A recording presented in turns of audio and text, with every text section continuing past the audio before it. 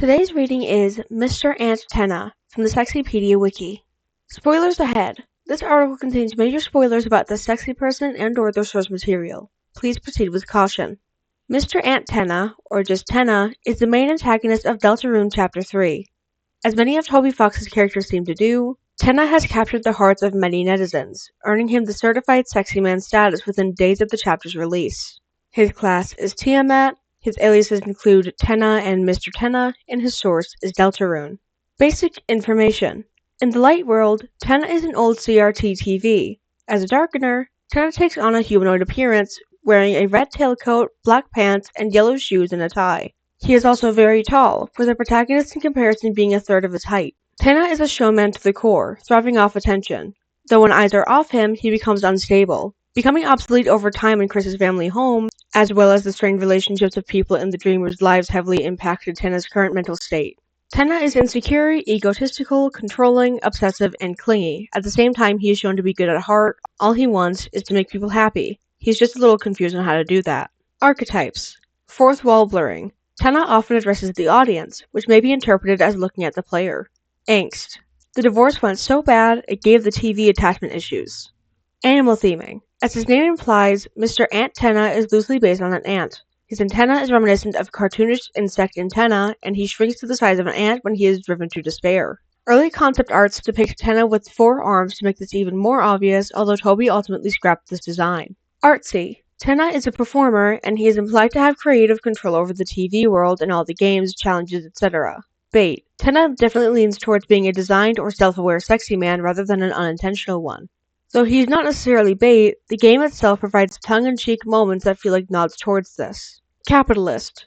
He runs his dark world like the head of a TV studio, making references to things like budgets and censors as constraints to his creative freedom, and uses contracts to bind darkeners to his will. Chaos Lord. Between his cartoonish reality-warping powers and his emotional instability, Tenna's antics tend to be erratic, to say the least. Using minigames to attack the fun gang, switching sides depending on his mood, sometimes spontaneously changing his sprite to one where he's dancing while wearing a black tuxedo, and so on. His model is completely inconsistent with the usual art style of the game, as is the trippy and nonsensical introduction sequence that plays when the gang first meets him. Dissonant/non-standard character design. There's a lot of elements to Tenna that feel a little off. A good example is in the feature presentation. He's also a 3D model, while all the others have regular sprite art. Distinctive voice. Tenna is one of the few characters in Deltarune with a unique voice, having the most speaking lines out of any character thus far.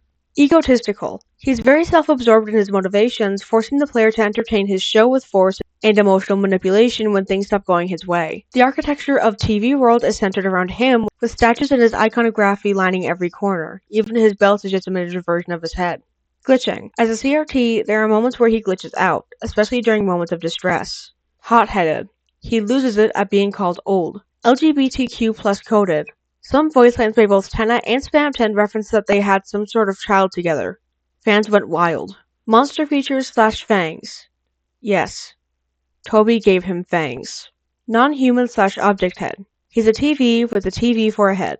Obsessive. He really wants attention from Chris. Throughout the chapter, he constantly brings up Chris's past and cannot let go of the good old days to an unhealthy degree. He's shown wishing that Chris specifically would tell him that he's loved multiple times. This possessive neediness leads him to latch onto Susie as well, since she was the first person to give him attention after years of neglect. Pathetic. It's what we love about him.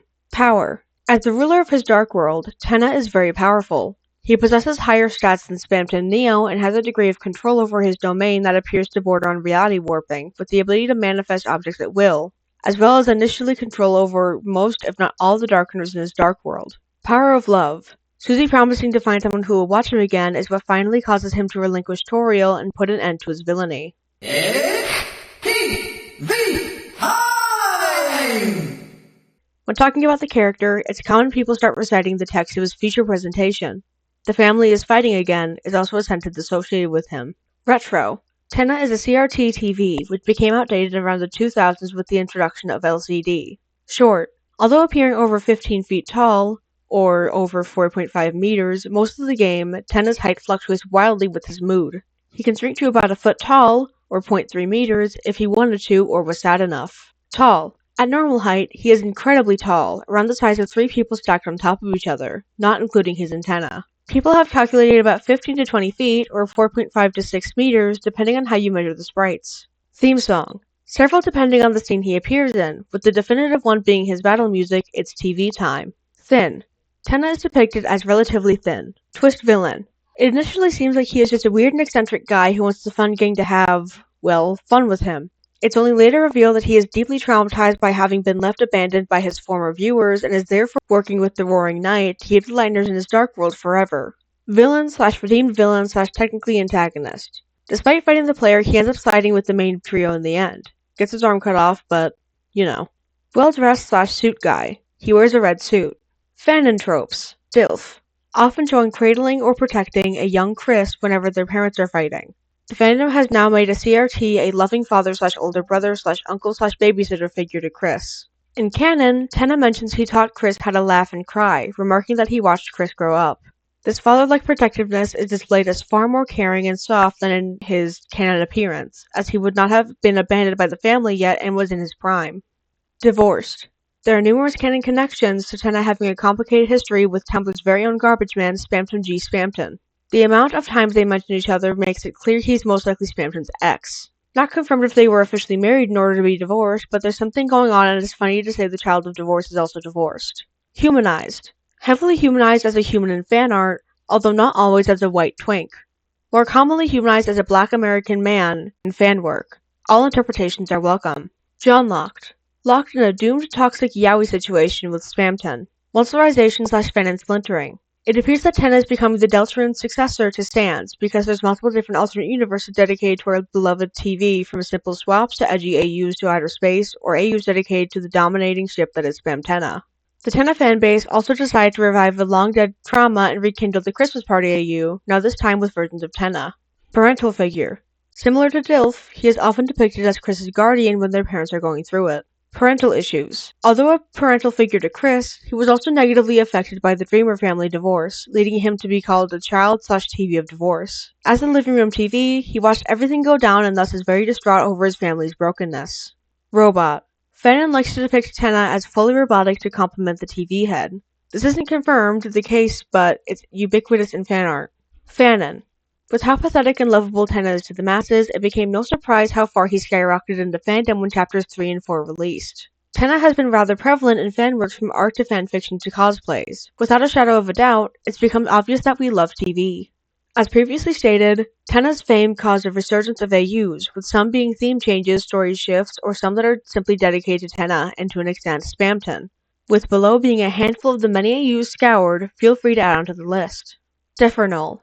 Created by the mind that gave us Underfell, Tenna assumes the role of a news anchor with subliminal messages, hypnosis, and sharp personality to match. Undertale. There's two versions of this AU, one where Tenna and Spamton live in the trash dump in Waterfall and live happy but poor, and another AU where Tenna is a monster and Spamton is a human during the Human-Monster War. Spam-Tenna Swap, an AU where Tenna assumes the role of the pathetic trash gremlin, and Spamton is high and mighty as the ruler of AD World. Having lost his head, quite literally, Tenna makes a deal with Chris to gain back power. Delta Nova. Deltarune's counterpart of Outertale. Tenna isn't just an interstellar TV singer, he has his own galaxy and can tune in to listen on any other AU out there.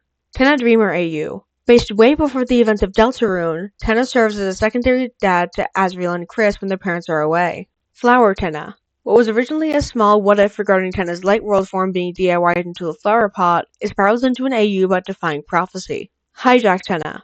When Tenna gets a copy of his consciousness implemented into the mental RPG as a failsafe when he gets cleaved, it corrupts and creates Hijack, a parasite looking for Tenna as his host.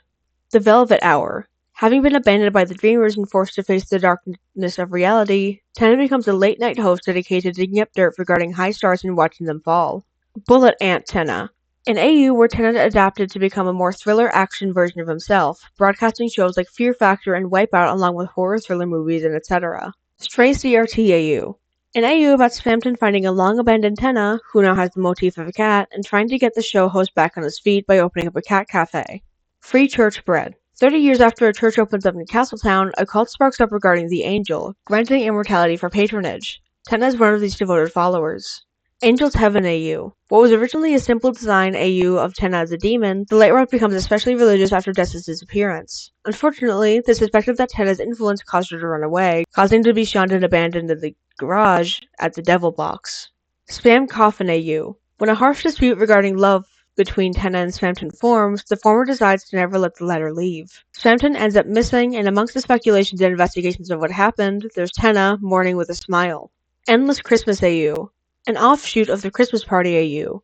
A world of never-ending Christmas in which the entirety of Hometown is engulfed in a dark world that no one seems to consider abnormal.